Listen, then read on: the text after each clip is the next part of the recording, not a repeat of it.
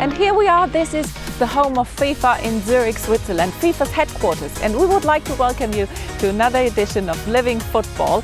Today we are looking forward to talk to one of the best goalkeepers of all time, Peter Cech, FIFA's new medical director, former team doctor at Liverpool FC, Andy Messi. He will join us here in the studio and we will take a look back at the Olympic football draw. So thank you for joining us wherever you are.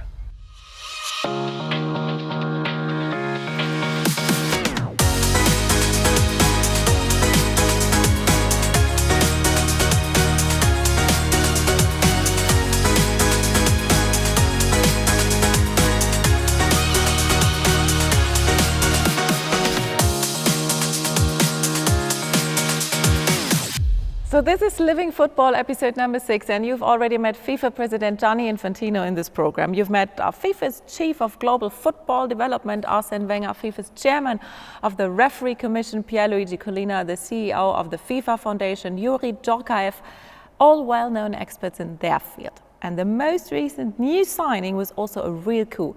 He joined FIFA last year from Anfield after winning the Champions League and the Championship with Liverpool FC as the Master of Medicine. From Northern Ireland, welcome, Andy Messi. Thank you, Jessica. Lovely to be invited. Andy, you're a very familiar face to English football fans. You've been sitting on the bench every week as Liverpool FC's head of medical services. You'll never walk alone. Okay, that's for sure.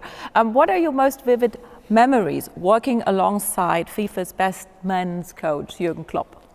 We were very fortunate over the entire time I was there to be quite successful with Jürgen whenever he was there, and he delivered some unbelievable experiences, especially at Anfield and especially around what we call the European nights at Anfield, whenever the crowds were there and the atmosphere was unbelievable. We had the match against Barcelona, when you can remember the players and the staff all lining up in front of the Kop. We had matches against Dortmund where we had another comeback then as well against City, and the whole event, the drive to the stadium whenever supporters are hanging out of their houses, setting off flares, setting them all up, were brilliant. But that's Jürgen's side of things and the player side of things. They're the people that deliver the success. I was just the doctor. So my experiences of working with Jürgen were more around changing, actually throughout at that stage of my career, changing what I thought footballers were capable of, the parameters that they were able to produce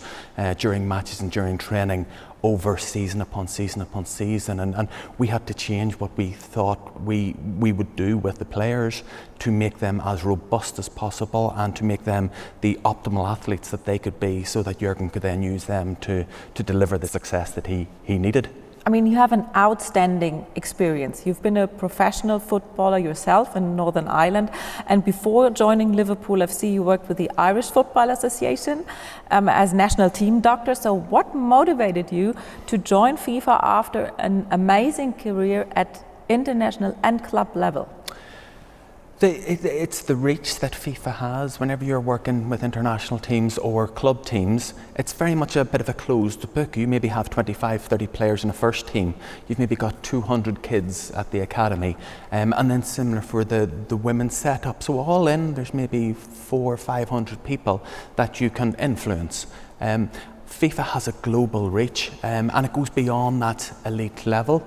I saw FIFA as a platform to actually build things that will outlast me ever working here. But can we improve global life for everyone? Can we think of strategies that will help the obesity pandemic that we have in the world, increase physical activity? If you increase those, then you're going to help with the cardiovascular disease or any disease that's related to physical activity. So if we can find some way to do that, that's a benefit, and that's what I really want to get my teeth into with FIFA, have a more of a global appeal to everyone who plays football, increase the participation in football through all the sexes, all the genders, all the age groups, and see if that will then give health benefits as the outcome.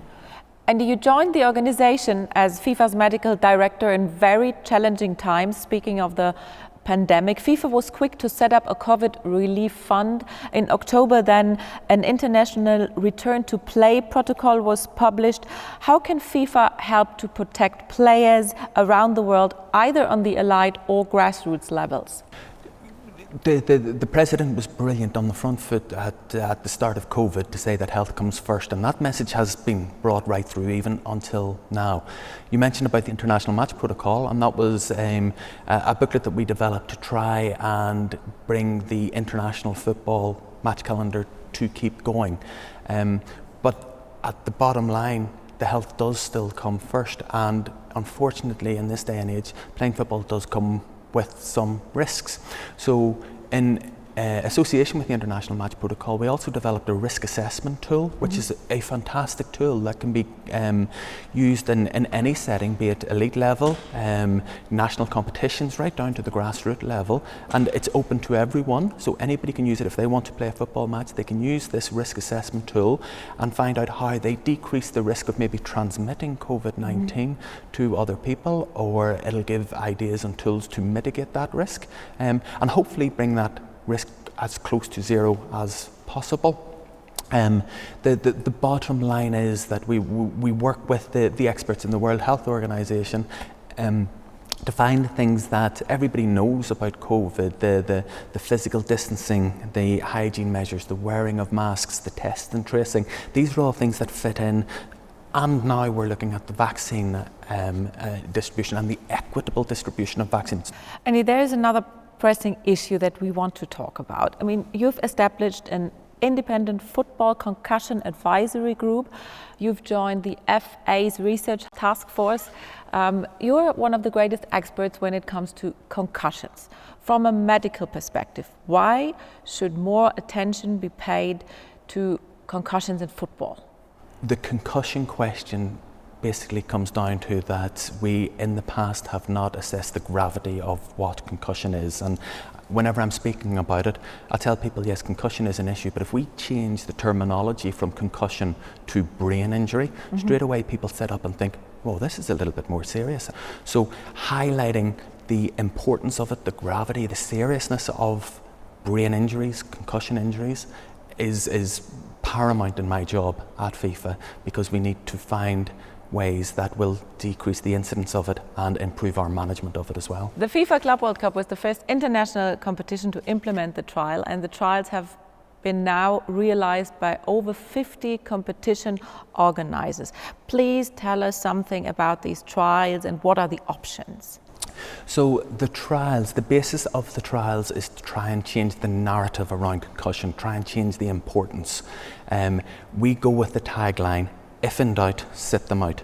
If you think that somebody has possibly suffered a concussive injury, then they need to be removed from play. We have to have zero risk whenever it comes to concussion. You mentioned about the Independent Concussion Advisory Board that we have at FIFA now. Interestingly, it's made up of different types of doctors and lay members. One of the lay members, unfortunately his son at 14 died because of concussion, so they're able to tell that personal opinion on it. So the trials are trying to prevent something like that happening. But there's a scale of what concussion can do. As I mentioned earlier, it can cause long-term effects, so we have to take it seriously. If we think that somebody has suffered a concussive injury, or if we've seen on the video replays that the mechanism of the injury is enough to worry you to think about concussion, then our advice and the trials are put in place to support you take that player away. Or if you assess a player on a pitch and you think you maybe need another 15 minutes to keep an eye on this player, take him out, and then the team are allowed to bring on another player in its place, and it won't affect how many substitutes they've either used or already used. So towards the end of a match, you may be in a position where all the substitutes have been used and it shouldn't come into consideration, but we're not human if we don't think it doesn't come into consideration, that taking a player out will leave your team with 10 men. This negates that human factor that I was talking about and takes a little bit of pressure off the medics who are dealing with that. What was the toughest decision you ever had to make as team doctor of Liverpool FC? With regards concussion, I actually had two. I removed a player from a cup final once who didn't want to come off. But the most recent one was actually the season before last, and we were fighting for the Premier League at the time. We had the second leg of the Champions League semi-final on the Wednesday. This was on a Saturday match, and our leading goal scorer suffered a concussive injury. I went on to him, And through the assessment, he knew straight away that he needed to be removed. And it would be it was Mo Salah. It was. It would be remiss of me to say, you know, the thought of taking this player off. We weren't winning the match. We needed to win the match to win the league. And we had the Champions League coming up. That went through my head. It shouldn't have done, because the decision should be straightforward. But I'm just giving experiences that it definitely went through my head. Andy, there is another example. If you think about the World Cup final 2014, Christoph Kramer. The player didn't leave the pitch for about 15 minutes, and then he asked the referee, is this the final? So if you remember seeing these pictures as a doctor, what went through your mind? It's very easy watching those pictures, especially whenever you can slow it down like that. From a doctor point of view, we look at what we call the yellow and red flags, and Christoph displayed red flags of a concussive injury, the posture he took, how he landed on the floor, how he looked whenever he was being assessed. So having the replays like that are paramount, because often in football matches you miss these. You have people walking in front of you. Even if you sit in the front row, you've got the manager, the coach in front of you, you have the referee's assistants, you have people warming up, so it's easy to miss those. So in 2013 I developed the pitch side video replays that we would have brought to every single match. So we had them, and now lots of leagues have these, so the doctor can look at the mechanism, can see exactly that happening and make their decision straight away. That's a concussive injury. You need to remove that player. You need to treat them acutely, first of all, and make sure that they're safe, and then you need to remove them. So all FIFA competitions will have these video replays. All FIFA competitions will have concussion spotters in the stand that will go through all of these, that can relay the information to the team benches if that is needed. And it'll just make things an awful lot safer. So you expect to have one concussive incident every 12 matches, statistically. So this is the one side of concussions. Beyond concussion, what can we say about the link between heading and brain injuries? What we need to find out is what is it that they're doing within football that's causing it. We think it is heading. We think heading has a role to play in it, but it's very difficult to set up a scientific study where you will take a player and recreate them heading, especially in the younger people, recreate this and get that exact link between, say, heading and brain injuries. What we're doing at FIFA is looking at all the aspects with that, you know, how much of an impact a football will have at different pressures in a ball, how much of an impact different sizes of footballs will have, working with other organisations as well to try and get the answers for it. The bottom line is that heading is part of football, and if there is a risk associated with heading, then we have to be open with it and let people make their own decision about whether A, they want to play football, or B, they want to head the ball during football. That's very simple. We do have to think about the younger age groups who maybe aren't in a position to make that informed consensual decision and protect them. Why did you also make tackling the issue of mental health a key objective of FIFA's medical subdivision? The discipline of sports medicine, and especially football medicine, is essentially a young discipline. So the scientific evidence behind lots of the stuff that we do is not on a par, say, with oncology or the other disciplines of medicine. We've catching up to do. So in order to be to congratulate ourselves for the work that football medicine have done, I prefer going the other way and saying, well, what have we not done? Where are the gaps within the literature? What do we need to do to help? So concussion and brain injury is a massive one at the moment. Mental health is another one. It was a taboo subject until 5-10 years ago. People didn't like talking about it. It was a sign of weakness. So we bring it out into the open now, and we try and help people, or think of coping strategies or think of ways that we can address the mental health issue. It's massively prevalent within football, whether it's at the elite level. It takes an awful lot for someone to play a football match and have 50,000 supporters boo him, or shout obscenities at him. That has to affect you mentally. And then as you work down the football pyramid, you might have, teenagers going through academy systems, basing their whole life around football, and then being told, perhaps they're not good enough for it. That weighs an awful lot on it. And the further you go down the pyramid, the more prevalent it becomes. So can we use football to tackle this? Can we use football to help with our resources to treat mental health issues? But coming back to concussions and brain injuries, there has already been some progress on that field. What incident, for example, changed the concussion rule in England? As I say, it's a developing field. It's very fluid. Maybe the most prominent incident happened back around about 2006 with Peter Cech. Whenever it was the first incident that I can remember that a player resulted in a fractured skull. We can all remember the pictures of whenever that happened. I think it was he received a knee to his head whenever he came out to save it.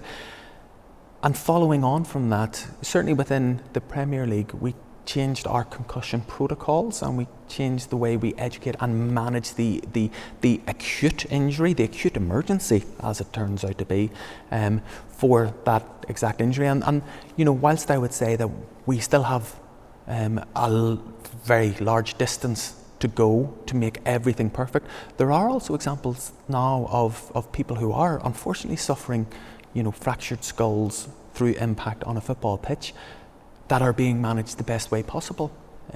We're not going to be able to stop the impacts happening, unfortunately.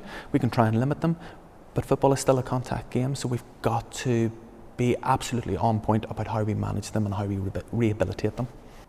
Andy, it was great talking to you. Thank you for giving us all this information, and I think now we become a little bit more experts as well on this field.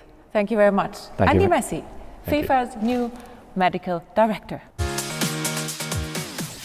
We also have the chance now to speak to Christoph Kramer, FIFA World Cup winner 2014 from Germany. Hallo Christoph, wir können Deutsch miteinander sprechen, gerne. Sag mal, welche Erinnerungen sind denn geblieben an diesen Abend im Maracanã-Stadion? Ein außergewöhnlicher Abend, am Ende dann mit Happy End. Also eigentlich bis auf so eine halbe Stunde plus minus eigentlich alles. Also nach dem Zusammenprall, danach ist es weg, bis ich dann irgendwann in der Kabine wieder so zu mir gekommen bin. Ich glaube, ich habe irgendwas zum Riechen bekommen und dann ging es wieder. Und danach weiß ich auch wieder alles. Es ist halt nur diese kleine Sequenz, die mir fehlt. Wie bewertest du als einer, der schon mal betroffen war, die Bestrebungen der FIFA und die jetzige Testphase für zusätzliche Auswechslungen? Ja, es ist, glaube ich, ein wichtiges Thema, wobei ich sagen muss, in meinem Fall, heute sage ich natürlich, Glück gehabt, dass da nicht mehr was passiert ist und Glück gehabt, dass ich nicht nochmal einen vom Kopf bekommen habe und dann womöglich was Schlimmes passiert wäre.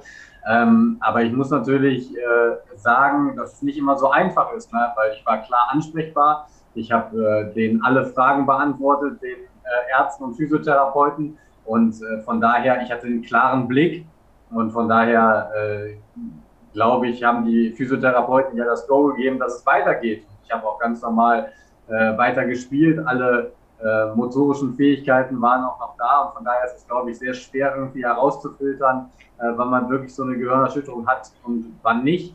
Und von daher ist das ein schmaler Grat. Aber natürlich würde ich jetzt immer zur Vorsicht appellieren, weil es einfach eine gefährliche Geschichte ist, aber natürlich im WM-Finale möchte man dann auch irgendwie auch das Unterbewusstsein wahrscheinlich unbedingt weiterspielen, aber trotzdem glaube ich, ist es ein wichtiges Thema, was jetzt eine Bühne immer mehr findet, weil das schon eine Gefahr ist.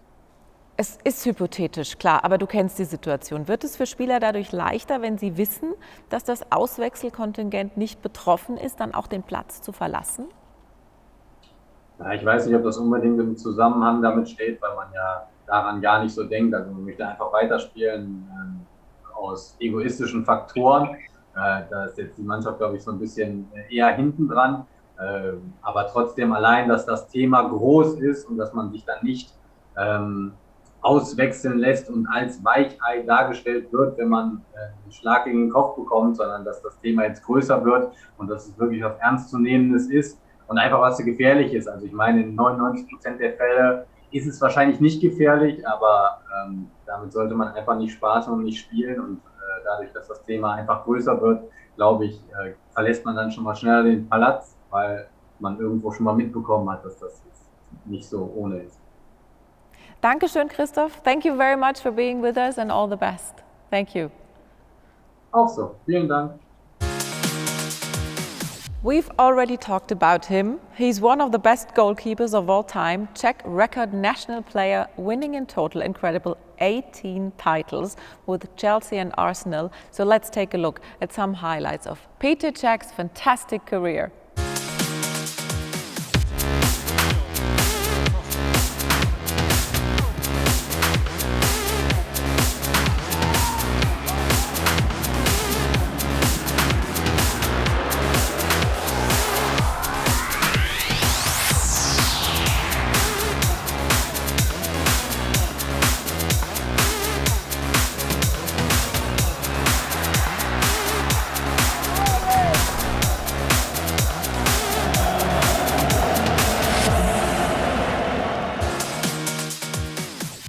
So Petr Cech is now joining us. We're so delighted. Peter, thank you very much. How are you and where are you exactly? Looks like a nice view.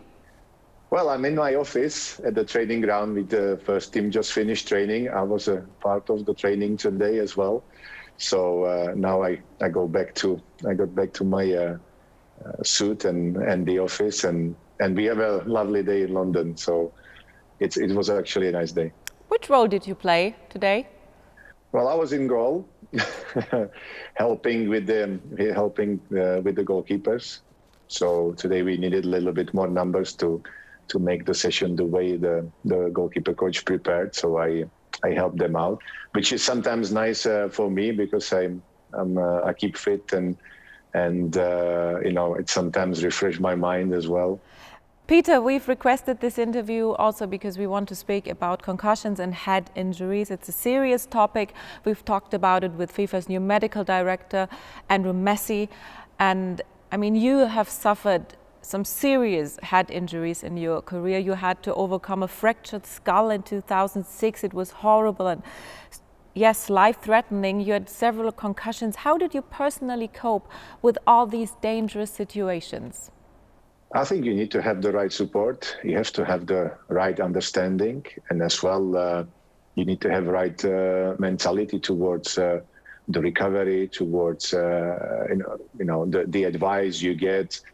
And I think it's very individual, but I believe that when you get the right guidance and the right support from the people around you, from the club, and from the medical team, and of course you have yourself, you have this drive and inner energy to follow and come back, because that's ultimately what matters. Then I think you are guided better way. You eliminate a lot of risk, and then you can come back. Of course, there are cases where things are not happening as well.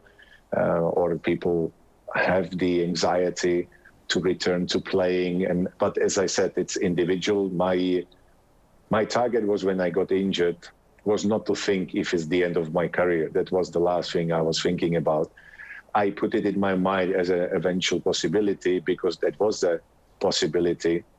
So you have to just clear your mind and accept the options you have. And the option number one, of course, was to do everything what was possible for me to do to return to pitch.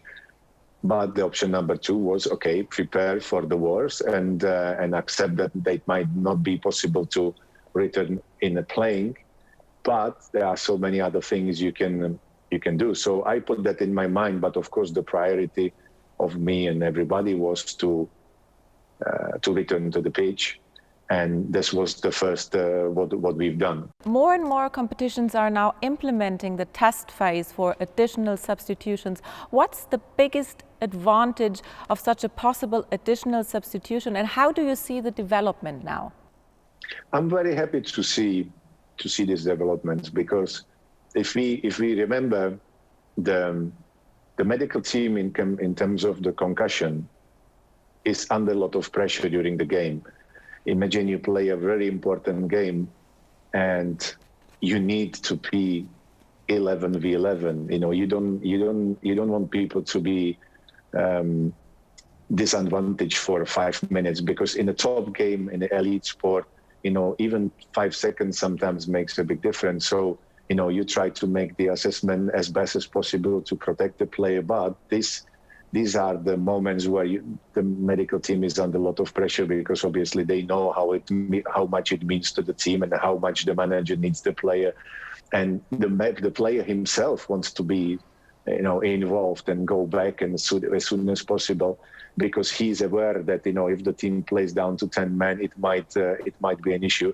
So these concussion substitutes, actually, they take this away, because, when your team is not down to 10 men, that somebody helps out while you get properly assessed, that you are not put under risk, that anybody else is put under risk, because people have to realize as well that, a concussed player might have a more difficult decision making, and then you make a late tackle, or you can harm yourself or somebody else by making wrong judgment. And in the high speed in the elite football, this is actually quite possible and a realistic threat. So, these substitutes actually take away all this element of the pressure from the medical team, because the team is not playing down to 10 men. If the player is properly assessed and cannot return, the other player is already in play, and then you just put him in, and the game goes on. And I think this is actually probably the best way forward, because like that we can assure the best possible assessment of the players and the health and safety of everybody on the pitch. A true legend. Thank you very much, Peter. All the best also for the upcoming matches. Thank you very much for having me. Now we will show you some highlights of the recent Olympic football draw. And my fellow colleague Samantha Johnson had the chance to talk to Lindsay Tarpley, two-time gold medalist from the US, and Ryan Nelson, former team captain of New Zealand, afterwards about their Olympic experiences. Hello and welcome to the draw for the Tokyo 2020. Japan. Netherlands. Brazil. USA. I think we are looking forward to extremely exciting matches. We have just moved one giant step closer to kickoff. Thank you for all watching and following the draw worldwide.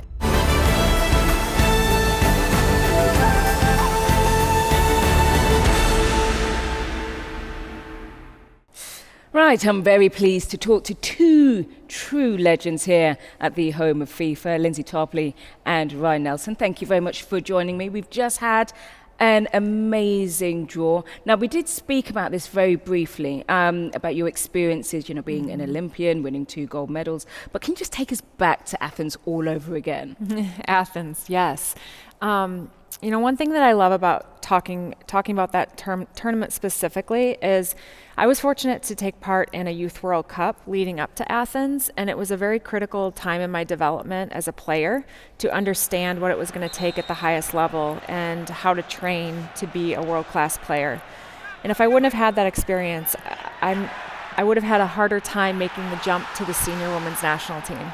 And so by the age of 19, I was competing in Athens and ended up scoring a goal in the gold medal match.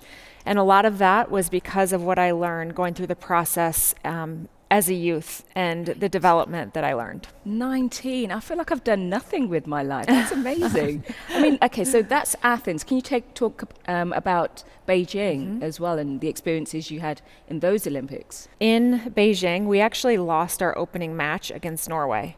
And so starting the tournament, obviously not how we had envisioned it, but it was time to figure it out for us. And we left that game and figured out a way to get to the final. And it made us that much stronger throughout the tournament. And so sometimes looking at these Olympic draws, you have to understand that you're going to face very, very good competition. And it's a marathon, not a sprint. We just had an amazing draw for the men's and the women's. What stood out for you? I think the group on the women's side, Group G, I think stands out for me the most. I mean, probably from the women's side, you'll want to avoid the USA, right? I mean, they are being phenomenal. Look at that smile, look. You want to avoid Lindsay. Pretty Don't much. avoid Lindsay. Love it. And so, you know, with Sweden, one of the better teams in the tournament as well. Sweden matched up with the US, and then you've got the down under duo of Australia and New Zealand. That will be kind of a rivalry inside a little group as well. It's a really exciting kind of group. That's one that I'll be really looking forward to watching. Okay.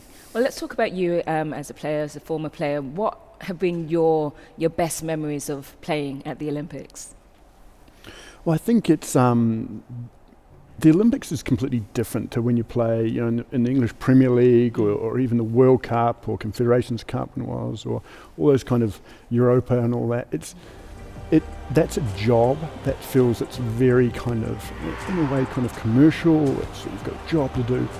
When you go to the Olympics, you're an Olympian, and it's not just football, it's also other sports and other athletes, and there's a real chemistry, there's real athletic chemistry around the village, around the city, around wherever, you know, it's amazing. And you do get caught up with that. And to say you're an Olympian is like, you know, I can't say I'm a double gold medal like Lindsay can. Neither can I. I can't even say, you know, I'm just sitting. But yeah, like, we're not that lucky, but well, luck's had nothing to do with it. But just to be able to say it is kind of an experience what you kind of grow up watching on TV, and you know, for me, I just thought it would never ever happen. It's just kind of beyond amazing, and to be able to do it, it's pretty special. Okay, let's turn our attentions back to the women's game, and I suppose the next Women's World Cup is going to be in New Zealand and Australia. For the first time, we're going to have 32 teams. Can you just give us an insight into how important this is for the growth of the women's game?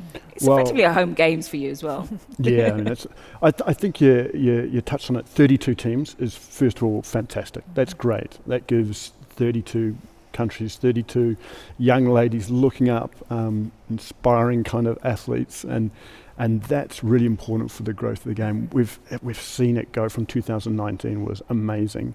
I know 2023 hopefully will be even better, and I know the countries, I know Australia and New Zealand, they love women's sport, they love their soccer, they love their sporting fans, so they will embrace it.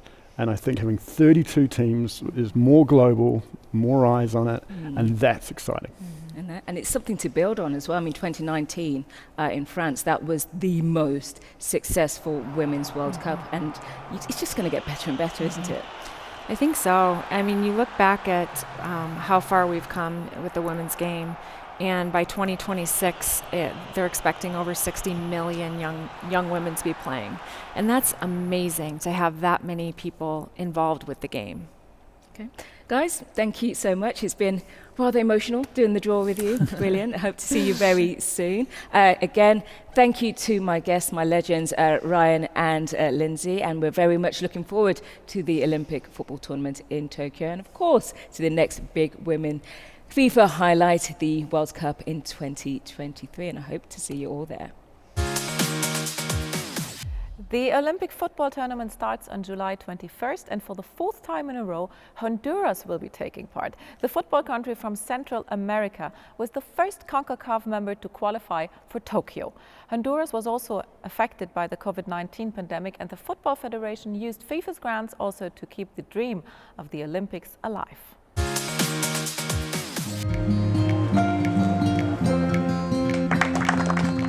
Realmente FIFA Forward ha venido a suponer un cambio muy importante, no solamente en la forma de pensar, de desarrollar la infraestructura, sino también de cómo se ejecutan los proyectos. Hemos tenido siempre el acompañamiento de FIFA.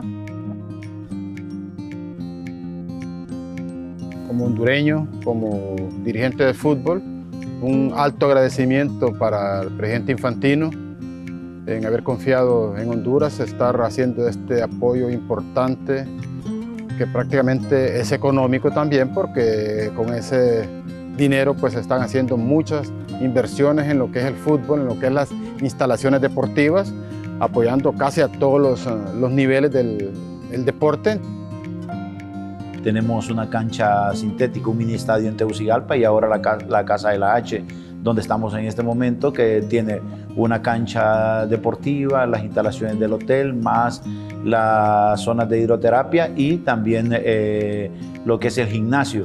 Así que esto nos va a servir para el desarrollo de todo, tanto juvenil, infantil, femenino y mayor.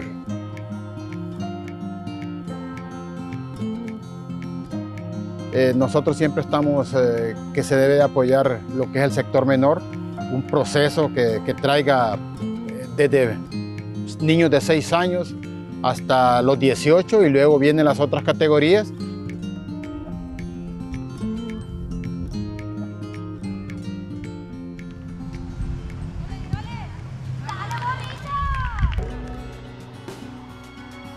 Creo que es una de las cosas pues, que en países como los nuestros están haciendo diferencia para poder desarrollar el fútbol a través de este programa de FIFA Forward. Así que felicitar a la FIFA, felicitar a todas las personas que trabajan por estos proyectos y por todo lo que estamos haciendo en parte de infraestructura y también en la parte del desarrollo del fútbol a nivel nacional, en este caso de Honduras, y a nivel de toda la zona de CONCACAF.